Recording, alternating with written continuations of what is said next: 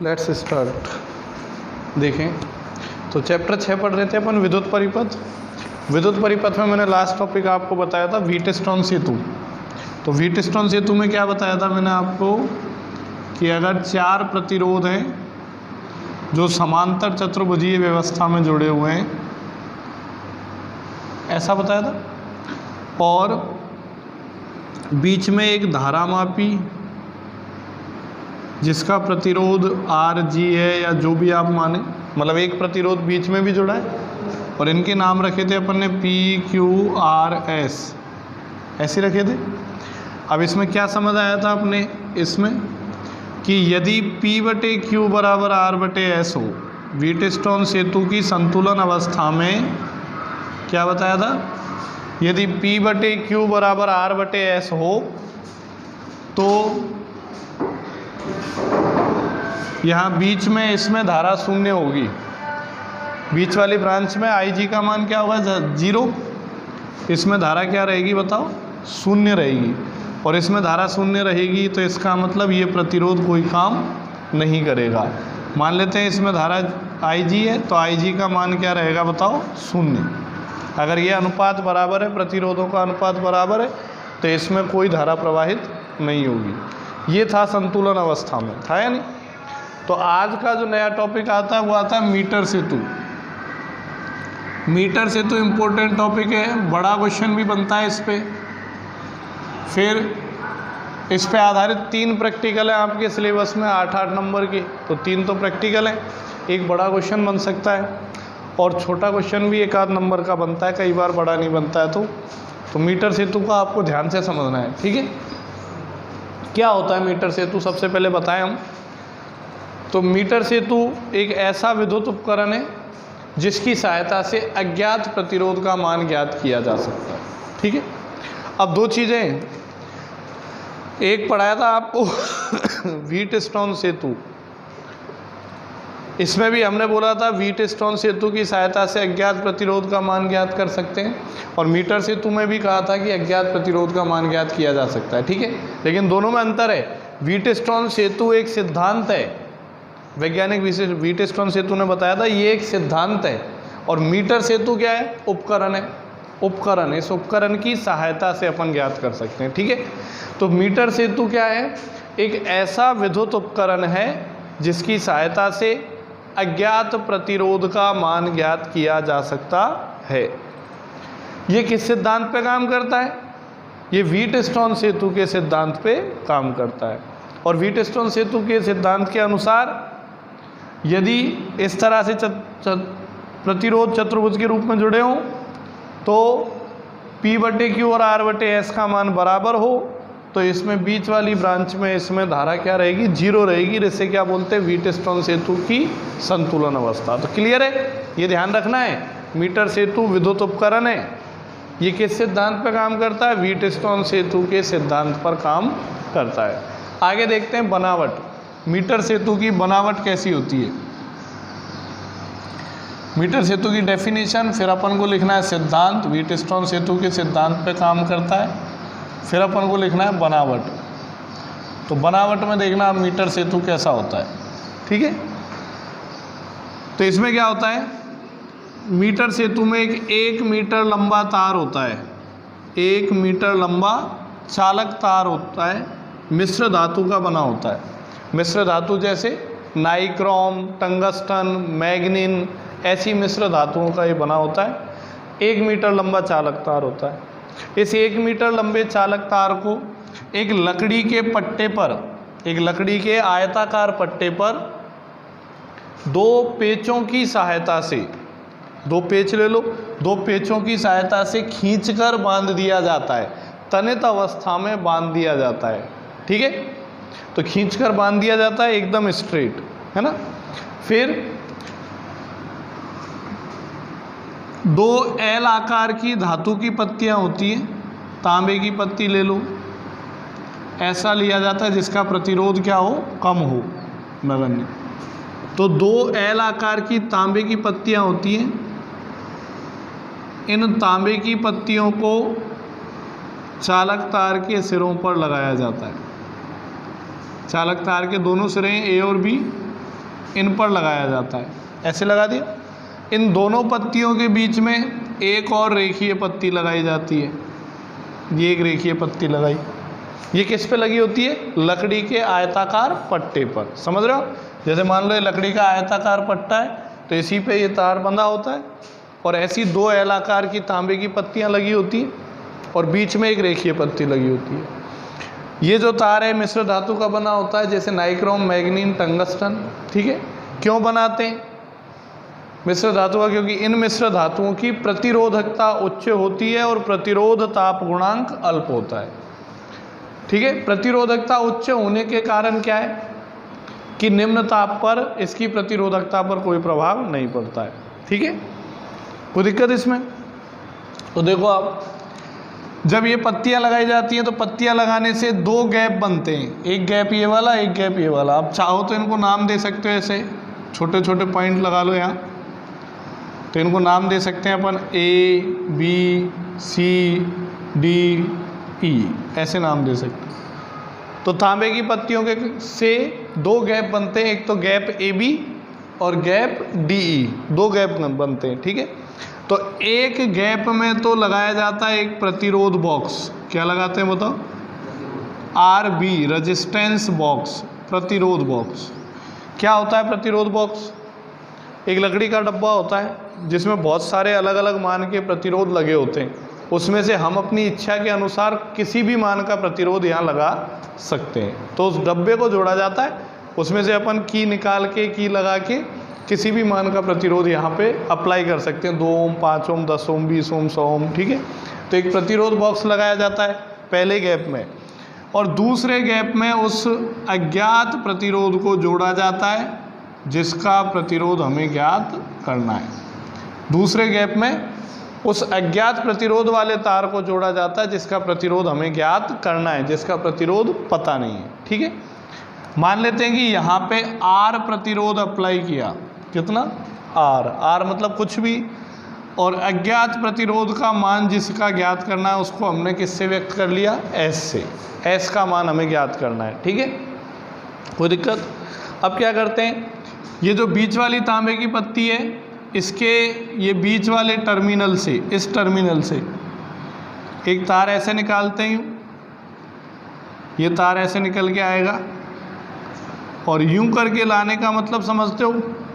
एक तो होता है यहाँ से यूं ले आओ, इसका मतलब होता है चारों तार यहाँ जुड़े हुए हैं, और एक अपने तार को यूं करके ले आए, इसका मतलब होता है इन दोनों तारों का आपस में कोई कनेक्शन नहीं है, ऊपर से आ रहा है ये, समझ रहे हो? तो ये एक तार अपन ऊपर से ऐसे लेके आते हैं, और इसमें क्या करते हैं, यहाँ पे एक धारामापी जोड़ देते हैं। क्या जोड़ते हैं बताओ? धारामापी।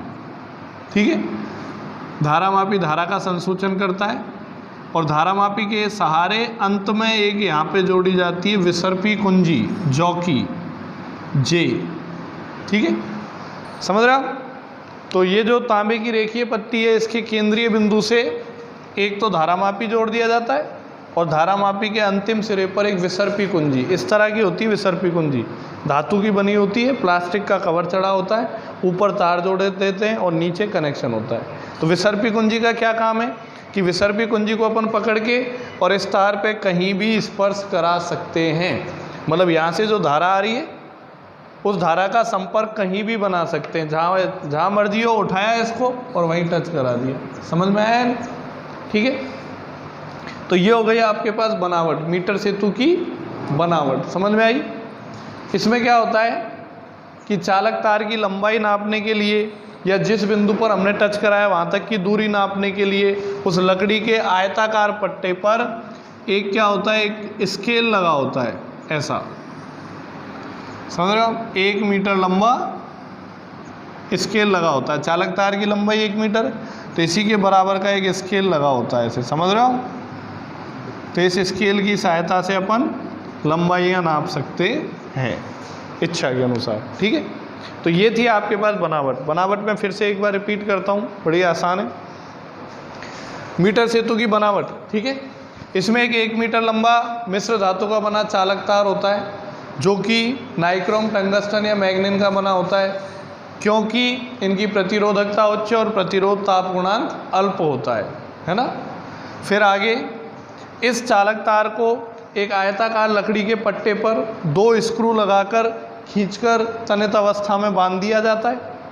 इन दोनों स्क्रूओं पर या चालक तार के अंतिम सिरों पर 2 एल आकार की तांबे की पत्तियां लगाई जाती हैं। इन पत्तियों के मध्य एक रेखीय तांबे की पत्ती लगाई जाती है, ठीक है, जिससे यहाँ 2 गैप प्राप्त होते हैं। गैप ए बी में एक प्रतिरोध बॉक्स जोड़ा जाता है और गैप डी ई में उस अज्ञात प्रतिरोध को जोड़ा जाता है जिसका मान हमें ज्ञात करना है, ठीक है। रेखीय पत्ती के केंद्रीय टर्मिनल से एक धारामापी और धारामापी के अंतिम सिरे पे एक विसर्पी कुंजी जोड़ी जाती है। विसर्पी कुंजी को इस चालक तार ए बी पर कहीं भी खिसकाया जा सकता है, कहीं भी रखकर संपर्क बनाया जा सकता है। तो ये इसमें क्या होता है कि चालक तार की लंबाई मापने के लिए उस आयताकार लकड़ी के पट्टे पर 1 मीटर लंबा स्केल और लगा होता है, ठीक है। तो ये थी मीटर सेतु की बनावट। समझ में आई बनावट? समझ में आई बनावट, है ना। तो आगे देखो आप, अब देखो ये अपनी बनावट हो गई साधारण। अब जब अपन क्रियाविधि करेंगे तो क्रियाविधि में क्या होना चाहिए? विद्युत धारा प्रवाहित होनी चाहिए। तो विद्युत धारा प्रवाहित करने के लिए आप चाहो तो बनावट में ही जोड़ दो इसको, या क्रियाविधि में कह दो।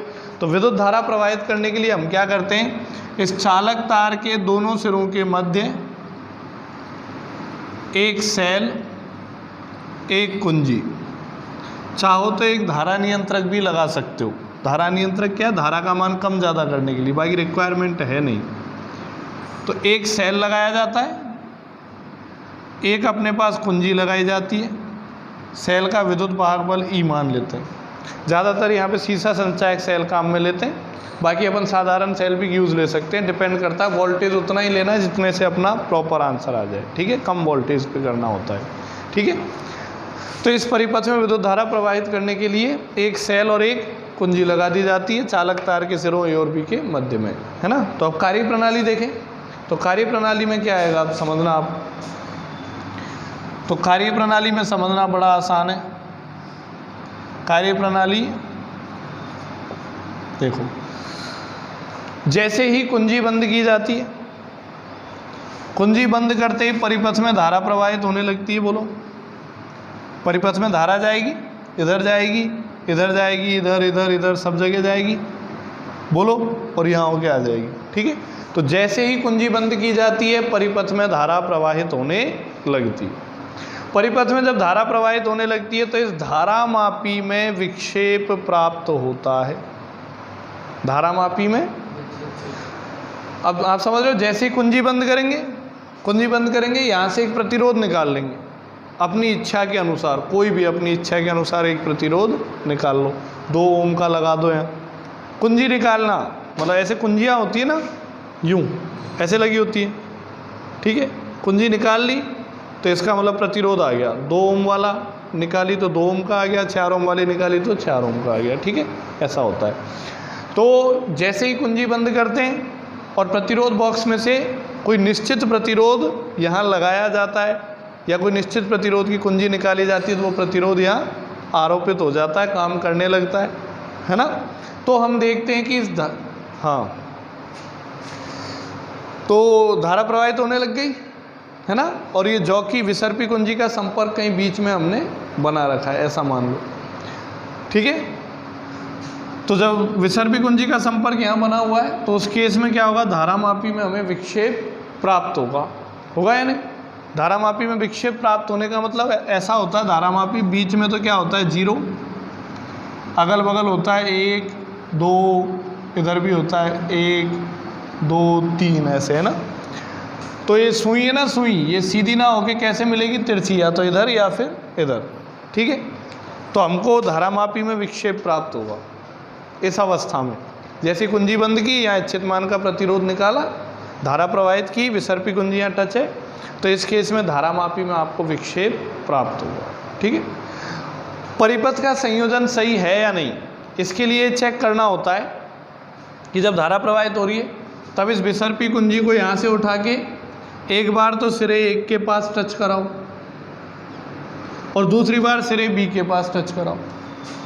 अगर दोनों सिरों पर टच कराने पर धारामापी में विक्षेप दोनों तरफ आता है, दो दिशाओं में आता है, तो इसका मतलब हमारा परिपथ संयोजन सही है। और अगर एक ही तरफ आता है विक्षेप तो परिपथ संयोजन में त्रुटि है। फिर से आप सेट करें, समझ आया? तो सबसे पहले क्या करना है कि इस विसर्पी कुंजी को यहाँ से उठाया, एक बार तो यहाँ टच कराएंगे और धारामापी विक्षेप देखेंगे। मान लो राइट साइड में आ गया, फिर हमने यहाँ टच कराया, अब विक्षेप देखेंगे तो मान लो लेफ्ट साइड में आ गया। कितना भी आए उससे कोई मतलब नहीं है, राइट और लेफ्ट में आना चाहिए या लेफ्ट और राइट में, मतलब विपरीत दिशाओं में आना चाहिए। तो इसका मतलब परिपथ संयोजन क्या है, सही है। और अगर एक ही तरफ विक्षेप आ रहा है तो फिर परिपथ संयोजन गलत है। फिर से आप सेट करें, ठीक है? तो देखो आप सबसे पहले ये चेक कर लेंगे, उसके बाद हम क्या करेंगे बताओ। उसके बाद इस विसर्पी कुंजी को लेंगे और बीच में टच करा दिया। अब इसमें विक्षेप आ रहा है तो हम क्या करेंगे, इस विसर्पी कुंजी को आगे पीछे सरकाएंगे। आगे पीछे सरकाएंगे तो इसमें बीच में कहीं एक ऐसा बिंदु मिलेगा जिस पर धारामापी में विक्षेप क्या हो जाएगा बताओ, शून्य। आप समझ पा रहे हो? इसको यहाँ टच करा रहे हैं तो राइट में विक्षेप आ रहा है, यहाँ टच करा रहे हैं तो लेफ्ट में आ रहा है, मतलब राइट से लेफ्ट में पहुँच गए यहाँ से यहाँ तक। तो बीच में कहीं एक ऐसा बिंदु होगा जिस पर विक्षेप क्या आएगा बताओ, शून्य। क्योंकि मान लो राइट में विक्षेप है और इधर आते आते लेफ्ट में हो गया, तो लेफ्ट में कैसे हुआ होगा कि उधर से इधर आएंगे तो विक्षेप घटेगा घटेगा घटेगा, जीरो हो जाएगा और फिर लेफ्ट में ही तो जाएगा, तो कहीं ना कहीं जीरो आएगा बीच में। तो हम विसर्पी कुंजी को इस चालक तार पे टच कराते हैं अलग अलग जगहों पे और ऐसा बिंदु ढूंढते हैं जिस बिंदु पर धारामापी में विक्षेप क्या हो जाए बताओ, शून्य हो जाए, ठीक है? और जिस बिंदु पर धारामापी में विक्षेप शून्य हो जाएगा, मान लो चालक तार AB पर ये एक ऐसा बिंदु है C, इस C बिंदु पर धारामापी में विक्षेप क्या मिल गया बताओ, शून्य, ठीक है? तो इस बिंदु को अपन बोलते हैं संतुलन बिंदु। क्या बोलते हैं? क्योंकि धारामापी में विक्षेप शून्य हो गया, मतलब धारामापी में विक्षेप नहीं हो रहा है, इसका मतलब धारामापी में धारा प्रवाहित नहीं हो रही है। धारामापी में धारा प्रवाहित नहीं हो रही है ना? तो धारामापी में विक्षेप शून्य हो गया, मतलब धारामापी में धारा प्रवाहित नहीं हो रही है। तो ये किस अवस्था में आ गया बताओ, संतुलन अवस्था में आ गया। मीटर सेतु संतुलन अवस्था में आ गया। तो मान लो ये सी बिंदु मिल गया, तो सी बिंदु को क्या बोलेंगे, संतुलन बिंदु, ठीक है?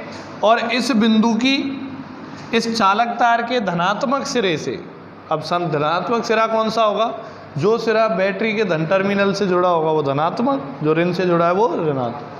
तो इस चालक तार के धन सिरे से और इस बिंदु सी तक की लंबाई यदि नापी जाए स्केल के द्वारा, तो इस लंबाई को अपन बोलेंगे संतुलित लंबाई। क्या बोलेंगे? ये क्या होगी, संतुलित लंबाई की। चालक तार की इतनी लंबाई पर संतुलन अवस्था प्राप्त होती है, तो इसे क्या बोलेंगे, संतुलित लंबाई। और ये जो शेष बची इधर वाली, ये शेष लंबाई कितनी हो जाएगी, पूरा चालक तार कितना है, 1 मीटर, सेंटीमीटर बदले तो 100 सेंटीमीटर का, पूरे चालक तार की लंबाई 100 सेंटीमीटर है। ये लंबाई L है, तो ये कितनी हो जाएगी बताओ, 100 माइनस L हो गई यहाँ तक।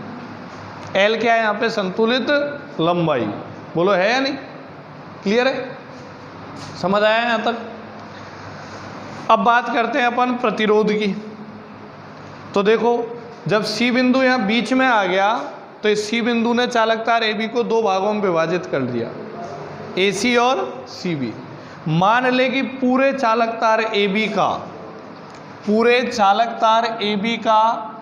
प्रति एकांक लंबाई प्रतिरोध, प्रति एकांक लंबाई प्रतिरोध, प्रति एकांक लंबाई प्रतिरोध सिग्मा है, ऐसा हम मान रहे हैं। पूरे चालक तार का प्रति एकांक लंबाई प्रतिरोध क्या है बताओ, सिग्मा है। एकांक लंबाई के लिए, एक लंबाई के लिए, इकाई लंबाई के लिए प्रतिरोध सिग्मा है। तो बताओ L लंबाई का प्रतिरोध कितना हो जाएगा, L लंबाई का सिग्मा इंटू L, यही तो होगा। इकाई लंबाई का प्रतिरोध सिग्मा माना है पूरे चालक तार का, तो L लंबाई का प्रतिरोध कितना हो जाएगा, सिग्मा L। इस प्रतिरोध को हम P से व्यक्त कर देते हैं, तो P बराबर सिग्मा L। सही है। और बताओ 100 माइनस एल लंबाई का प्रतिरोध कितना हो जाएगा, सिग्मा इंटू 100 माइनस हो जाएगा। तो इस प्रतिरोध को Q से व्यक्त कर देते हैं, तो Q कितना आ गया, सिग्मा इंटू 100 माइनस आ गया। तो कहने का मतलब चालकता ए बी के भाग ए सी का प्रतिरोध कितना होगा, P और भाग सी बी का प्रतिरोध कितना होगा बताओ, समझ आया। चालकता की एकांक लंबाई का प्रतिरोध मान लिया सिग्मा, तो भाग ए सी का प्रतिरोध हो गया P जिसका मान है सिग्मा एल, और भाग सी बी का प्रतिरोध हो गया Q जिसका मान कितना है, सिग्मा 100 माइनस एल। ठीक है, तो ये आपके पास हो गया प्रति एकांक लंबाई प्रतिरोध हुआ। तो दोनों भागों के प्रतिरोध पता लग गया आपको। अब दोनों भागों के प्रतिरोध पता है। अब गौर से देखो, क्या ये व्हीटस्टोन सेतु बन रहा है, व्हीटस्टोन सेतु, सोचो कैसे।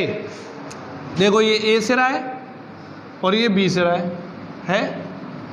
ए सिरे से निकल के जाएं इधर, तो एक प्रतिरोध जुड़ा हुआ है आर, ये लो इधर गए तो एक प्रतिरोध जुड़ गया आर,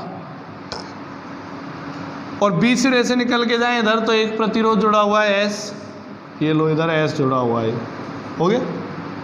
ए सिरे से इधर आए तो एक प्रतिरोध है ये पी, चालक तार का प्रतिरोध पी, सही है।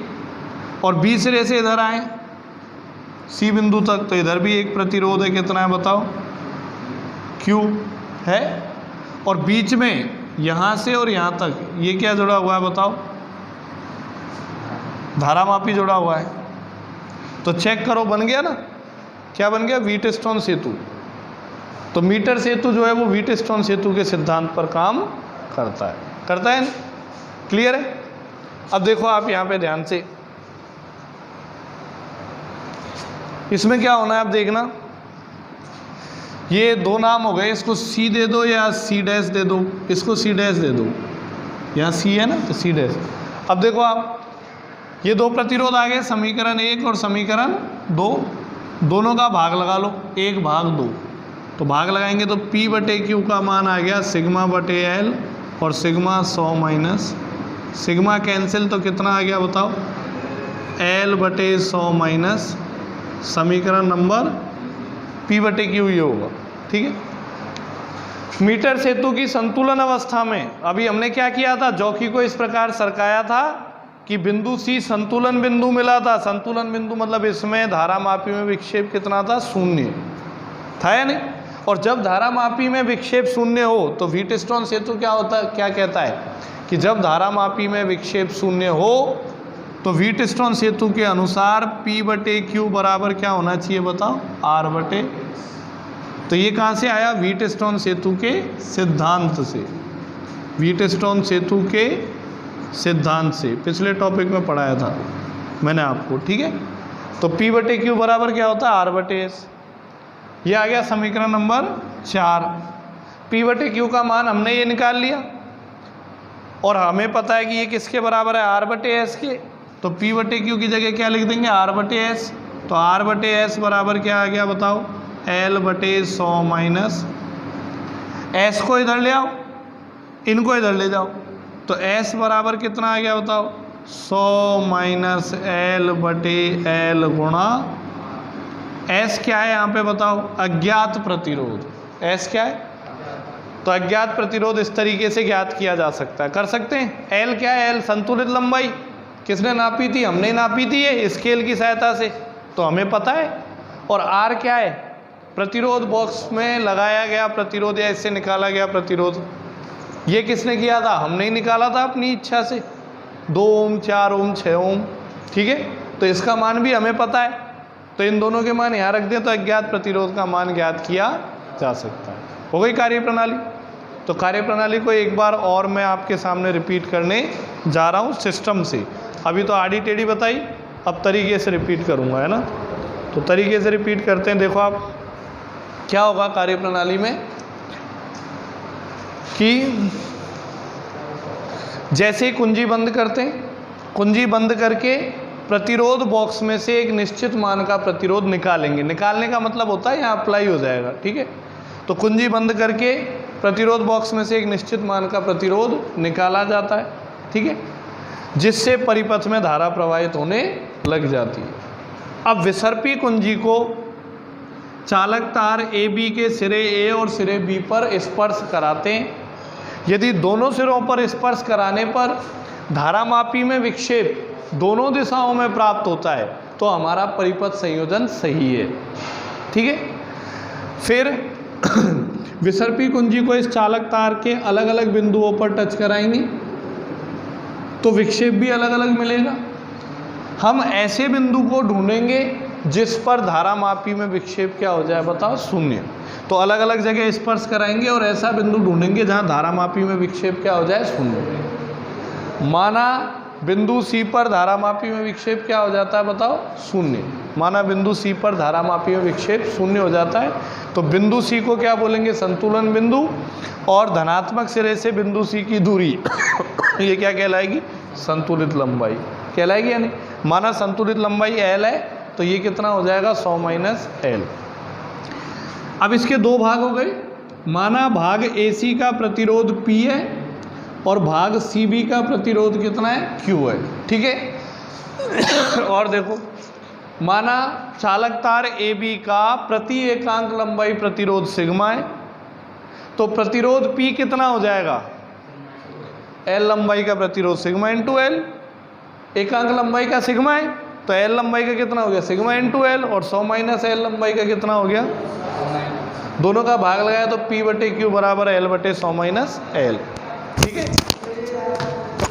अब हमें पता है, क्या पता है बताओ, कि धारामापी में धारा प्रवाहित नहीं हो रही है। धारामापी में विक्षेप क्या है, शून्य है। शून्य विक्षेप का मतलब क्या हुआ कि ये संतुलन अवस्था में, मीटर सेतु संतुलन अवस्था में।